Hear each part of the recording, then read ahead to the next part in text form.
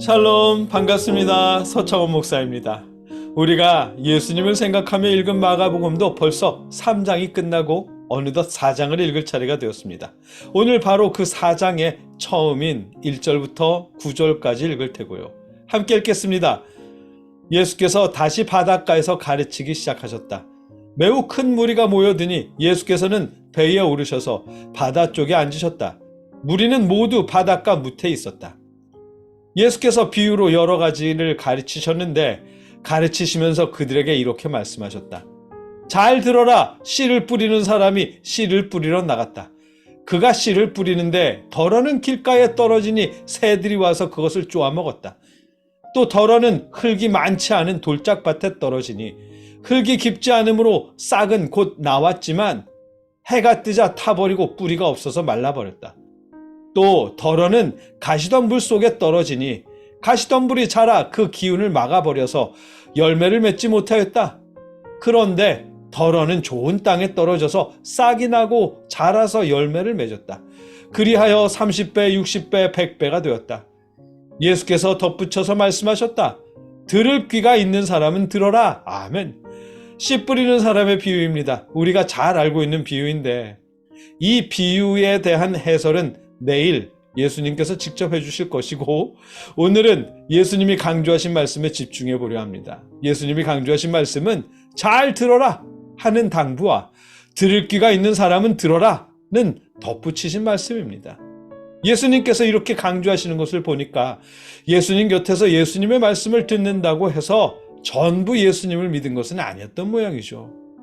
지금 예수님 곁에서 예수님의 말씀을 듣는 사람들 모두가 예수님의 말씀을 경청하고 이해하고 그 말씀대로 행하는 것은 아니었으니까 그래서 예수님은 잘 들어라는 당부로 비유를 시작하시고 들을 귀 있는 사람은 들어라는 말씀으로 비유를 마치신 것이겠죠. 그럼요. 예수님의 말씀을 듣는다고 해서 그 말씀을 전부 이해하거나 믿는 것도 아니고 말씀을 이해하고 싶다고 해서 이해할 수 있는 것도 아니라는 뜻입니다. 예수님도 설교 한 번에 5,000명, 8,000명 막 이렇게 변화시키고 믿게 만들고 그러지는 않으신 모양입니다.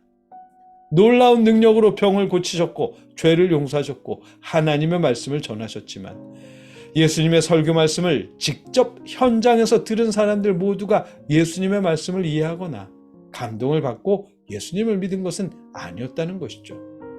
그렇다고 예수님께서 믿으시면 아멘 하십시오 라는 식의 어휘로 선동하듯 믿으라고 강요하시지도 않으셨고요. 다만 잘 들어라는 당부와 들을 귀가 있는 사람들은 들어라는 말씀만 덧붙일 뿐이셨습니다. 하기야 강요한다고 예수님을 믿을 수 있는 것은 아니겠죠. 예수님도 이러신데 간혹 어떤 목사님들은 개척해서 2년 안에 목회를 성공하지 못하면 그건 실패한 목회다 라고 말하는 분들도 계시다죠. 안타까운 건 장로님들을 비롯해서 신실하신 분들도 그런 말을 믿는다는 사실이고 그러나 여러분 잊지 마십시오. 예수님도 억지로 믿게 만들지는 않으셨습니다. 강요한다고 믿을 수 있는 것도 아니고요. 목회는 2년 안에 성공해야 한다는 근거도 없고 성경적이지도 않고 말 같지도 않은 이상한 말들에 흔들리지 마십시오. 교인 수를 늘리는 것이 목회의 성공인지 예수님을 믿게 만드는 것이 목회의 성공인지 명확히 구분하십시오. 우리의 참된 성공은 우리가 들을 귀 있는 사람이 되는 것이고 예수님의 말씀에 순종하면서 예수님의 가족이 되는 것이 참된 성공입니다. 그 성공은 주님 앞에 서는 그 순간 결정되는 것이고요. 여러분과 저 우리 모두는 들을 귀 있는 사람이 되어서 주님의 말씀을 잘 듣고 그 말씀을 따르며 예수님의 가족이 될 수 있길 바랍니다. 함께 기도하겠습니다. 사랑의 아버지 하나님, 예수님의 말씀을 직접 듣는다고 전부 예수님을 믿은 것은 아니었던 모양입니다. 그 중에 우리는 예수님을 믿는 사람들이 되었고요. 아버지 감사합니다. 우리가 끝까지 들을 수 있는 사람으로 주님 곁에 남아 있을 수 있도록 지켜주시옵소서. 예수님의 이름으로 기도드립니다. 아멘.